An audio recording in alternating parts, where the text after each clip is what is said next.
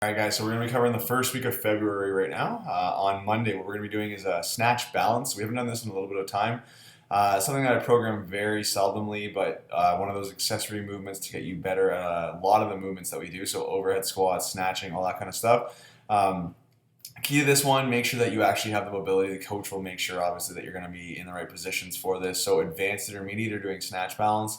3 sets of 3, just working on the speed, getting under the bar fast. Then B component is going to be deadlifts, 3 sets of 3 as well. If you're a beginner, it's going to be overhead stationary lunges or overhead squats if you have the ability to do the overhead squat slowly and controlled. Same thing for B is going to be deadlifts at 3 sets of 10. Metcon for everyone is going to be a 10-minute EMOM of odd minutes, 10 alternating dumbbell snatches. I want you guys, I didn't put a weight here, so going as heavy as you possibly can on this within reason, and you can actually control the dumbbell down. Even minutes is going to be burpees of either 14, 12s, or 10, depending on what kind of conditioning you have. On February 2nd, so on the Tuesday, what we're going to be doing for our strength is push press. So it's just going to be 4 working sets for all the different levels, either 5s or 8s. And then our Metcon is going to be a 20-minute AMRAP of 5 ground to overhead, 10 cals on the Airdyne or the rower. So I haven't differentiated here. The only thing is, every time that we get back on one of those, you're going to be switching. So if you start on the rower, you go to the Airdyne next, etc. 20 air squats to finish that off. So moving pretty quickly on all of these, and make sure the ground to overhead that you are going pretty heavy.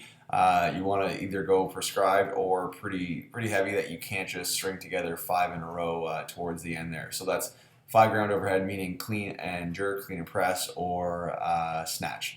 On Wednesday, what we're going to be doing is A1, A2 for all levels. So it's going to be back squats, 4 sets of 10, and then GHD sit-ups, either 3 sets of 10, 15, or 20. Metcon is going to be 3 rounds for time of 10 back squats. There's no rack allowed. So you need to be able to clean it up, press it over your head, place it on your back. So whenever I have these workouts with the no rack, it just adds that extra component in there.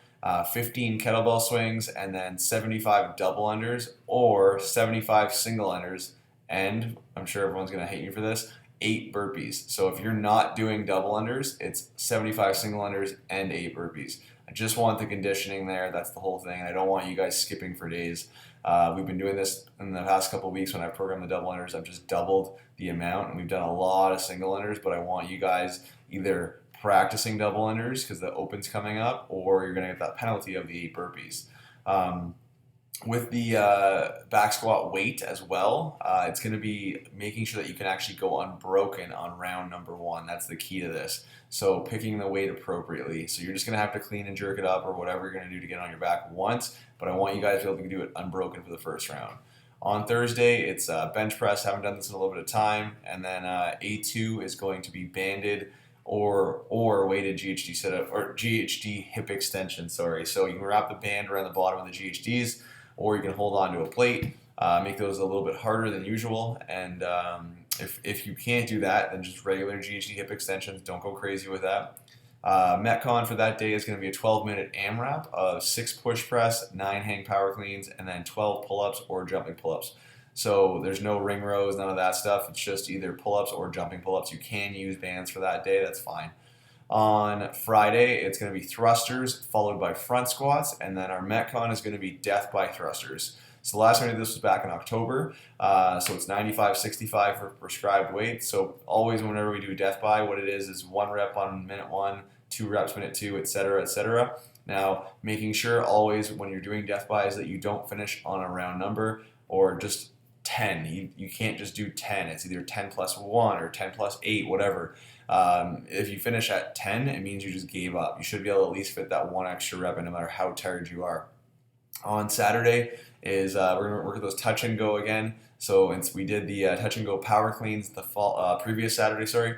Now it's going to be touch and go power snatches or hang power snatches, depending on your level.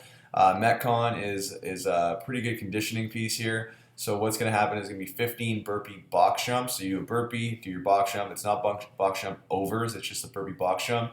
Then 250-meter row or 10 cals on the Airdyne. Then you're lowering the amount of power snatches Sorry, no, you're not. I'm reading this wrong as I'm talking.